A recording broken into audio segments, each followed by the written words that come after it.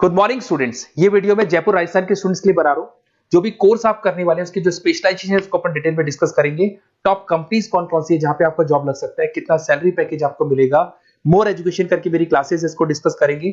Best college कौन सा होगा, कितने का प्लेसमेंट आपको मिलेगा और बेस्ट कंपनी कौन सी मिलेगी इसको अपन डिस्कस करेंगे। सारे कोर्सेज का डिटेल इंफॉर्मेशन आपको मिलेगा। इस चैनल को आप सब्सक्राइब कर लो, बेल आइकन को प्रेस करके रखो, आपको सारी डिटेल में इंफॉर्मेशन मिलेगी। चलिए शुरू करते हैं। ये वीडियो मैं उन स्टूडेंट्स के लिए बना रहा हूं those who are planning for MBA, MBA का प्लान कर रहे हैं, टॉप 20 स्कूल से प्लान कर रहे हैं। उसके लिए एक एग्जाम लगता है कॉमन एडमिशन टेस्ट। इसके ऊपर बहुत डिटेल में डिस्कस करेंगे। आईएम्स तक कैसे पहुंचना है उसको अपन डिस्कस करेंगे। इसके अंदर कैट एग्जाम की इंपॉर्टेंट डेट्स, कैट एग्जाम क्या होता है, एग्जामिनेशन पैटर्न क्या है, एलिजिबिलिटी क्या है, एग्जामिनेशन स्ट्रेटजीज क्या है, कैसे आपको एग्जाम देना चाहिए, आईएम्स तक पहुंचेंगे तो उसके कट ऑफ क्या होंगे और नॉन आईएम्स कॉलेज के कट ऑफ क्या होंगे, सब डिस्कस करेंगे। न्यूज़पेपर में आया था 42% कम 2027 तक मशीनें करेंगी। तो आर्टिफिशियल इंटेलिजेंस और मशीन लर्निंग की बहुत जबरदस्त डिमांड आने वाली है। तो आप लोग एमबीए में जो स्पेशलाइजेशन चूज करेंगे, वर्ल्ड इकोनॉमिक फोरम भी ये बात बोल रहा है कि इसमें फास्टेस्ट ग्रोइंग जॉब जिसमें आपको big data specialist, fintech engineer, AIML software developer 2025 से लेकर 30 के बीच में इनकी डिमांड आएगी। तो आप एमबीए में जो स्पेशलाइजेशन चूज करें उसमें ये वाले स्पेशलाइजेशन रखना, फिनटेक वाला, बिग डेटा वाला, इसकी जबरदस्त डिमांड आने वाली है। बहुत सारी जॉब्स है जो जाने वाली है, जैसे 2025 से 30 के बीच में आपका पोस्ट ऑफिस क्लर्क है, बैंक टेलर है, data entry, cashier, ticket checker. अगर आप कैशियर की बात करें जरूरत ही नहीं है बैंक में, आप विड्रॉल भी मशीन से कर रहे हो, डिपॉजिट भी मशीन में करवा रहे हो, पासबुक अपडेट मशीन से हो रही है, तो यहाँ पे मशीनें काम कर रही है। तो बहुत सारी जॉब्स आने वाली है और जाने वाली है। तो आप स्पेशलाइजेशन वो चूज करना जिसकी मार्केट में जबरदस्त डिमांड है। बेसिकली मेरा क्लासेस चलता है, मैं एमबीए को पढ़ा रहा हूँ 2006 से। 17-18 साल का एक्सपीरियंस है, बहुत सारे बच्चे निकाल चुका हूँ मेरे पास। अब देखो आपको क्लासेस दिखाई दे रही होंगी। उसके अलावा सबसे इंपॉर्टेंट चीज IIM अहमदाबाद। मैं हर साल बच्चों को IIM अहमदाबाद लेके जाता हूँ। 50-60 स्टूडेंट्स जाते हैं, साथ में मेरे लेक्चर्स भी होते हैं वहाँ पे। तो आप लोग IIM Ahmedabad is a dream college of MBA. अगर मैं एमबीए की बात करूँ तो एमबीए का जो ड्रीम कॉलेज है वो IIM अहमदाबाद है। तो आप ये मान के चलो इस कॉलेज के लिए बच्चा पढ़ता है और कैट का एग्जाम देता है। अगर यहाँ से बच्चा निकलता है तो बहुत बड़ा पैकेज लेके निकलेगा। देखो हर साल मैं बच्चों को लेके जाता हूँ, दिख रहा होगा आपको। उसके अलावा मैं मुंबई में पढ़ा रहा हूँ, जयपुर में मैं पढ़ा रहा हूँ। अच्छा, अलग अलग कॉलेजेस में एज अ गेस्ट में वर्क कर रहा हूँ। अच्छा, 2008 से मैं बुक्स भी लिख रहा हूँ। तो 2006 में पढ़ाना शुरू किया था, 18 साल हो गए और 16 साल से मैं बुक लिख रहा हूँ। 2008-10 में बहुत सारी बुक्स लिखी है। मेरे वीडियोस भी हैं, आपको यूट्यूब पे वीडियोस मिल जाएंगे। मैं सैंपल्स आपको शेयर करूंगा जो जिसका रिक्वायरमेंट होगा। अगर आपको बेस्ट कॉलेज का रिक्वायरमेंट हो, बेस्ट कॉलेज का रिक्वायरमेंट हो, या फिर कैट के लिए कैसे स्टडीज करनी है उसका रिक्वायरमेंट है कि कौन कौन से कोर्सेज हैं कैट में, कहाँ पे आपको एडमिशन लेना चाहिए और किस तरीके से स्टडीज करनी है, कट ऑफ क्या जाएगा, तो उसके ऊपर आप डिस्कस कर सकते हो। मेरा नंबर है, इस पर कॉल कर सकते हो। बाकी मैं अगर क्लास में रहता हूँ तो आप मेरे को व्हाट्सअप कर सकते हो अपना name, number, city, state, course और कहाँ से आपको अपना एमबीए करना है और किस तरीके से कैट का प्रिपरेशन करना है। अब अपन आते हैं एक एक करके कैट के स्पेशलाइजेशन पे। What about CAT? देखो कैट का जो एग्जाम है वो आईएम्स लेता है, इंडियन इंस्टीट्यूट ऑफ मैनेजमेंट। इसमें एमबीए पीजीडीएम करवाता है। मोड आपका जो है ऑनलाइन बेस होता है, कंप्यूटर बेस्ड मोड होगा आपका। ड्यूरेशन 2 घंटे का आपका पेपर होगा। इसमें आपको verbal ability, reading comprehensive, data interpretation, logical reasoning and quant मिलेगा। तो 3 सेक्शन में डिवाइडेड है पेपर। आपको हर सेक्शन में 40 मिनट्स मिलती है। 2 घंटे का आपका पेपर है, तो उसको कंप्लीट करना है। तो इसमें पढ़ना कैसे है, उसकी स्ट्रेटजीज क्या है, इसको अपन आगे डिस्कस करेंगे।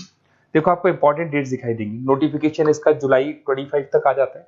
उसका रजिस्ट्रेशन अगस्त में स्टार्ट होते हैं, सितंबर में आपका लास्ट डेट है, एडमिट कार्ड अक्टूबर में आता है, नवंबर में लास्ट संडे, जो लास्ट संडे होता है नवंबर का, उस दिन एग्जाम लगता है इसका, और जनवरी तक रिजल्ट आ जाता है।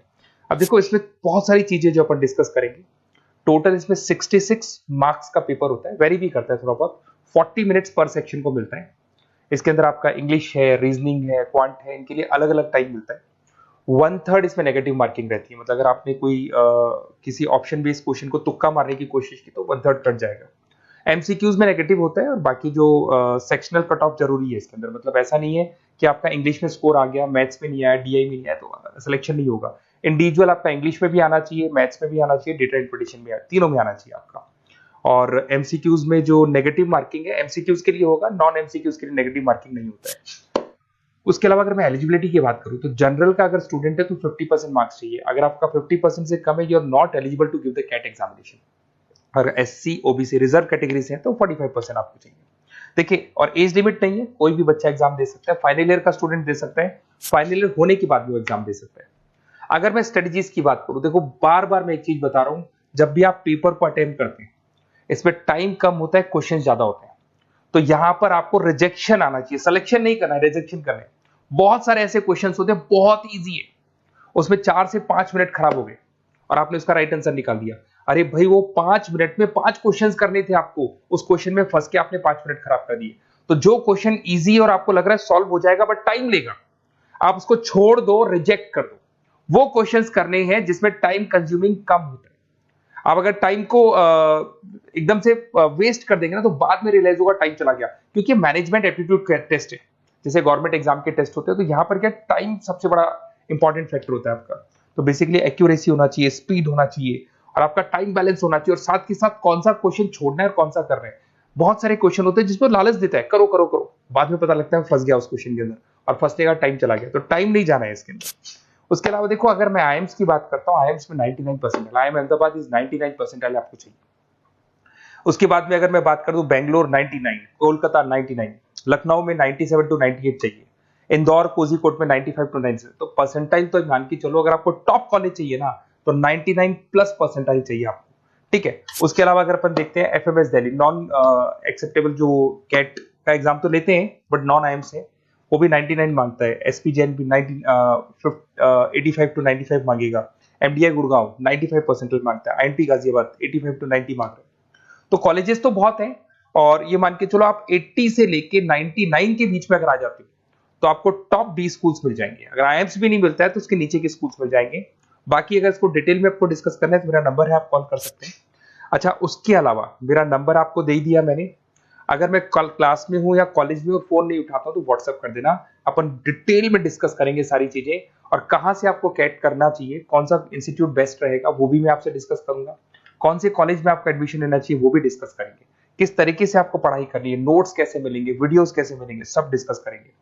Okay, best of luck for your CAT examinations. और कोई कॉलेज से रिलेटेड क्वेरी है तो वही आप मेरे को कॉल कर सकते हैं। Okay, best of luck.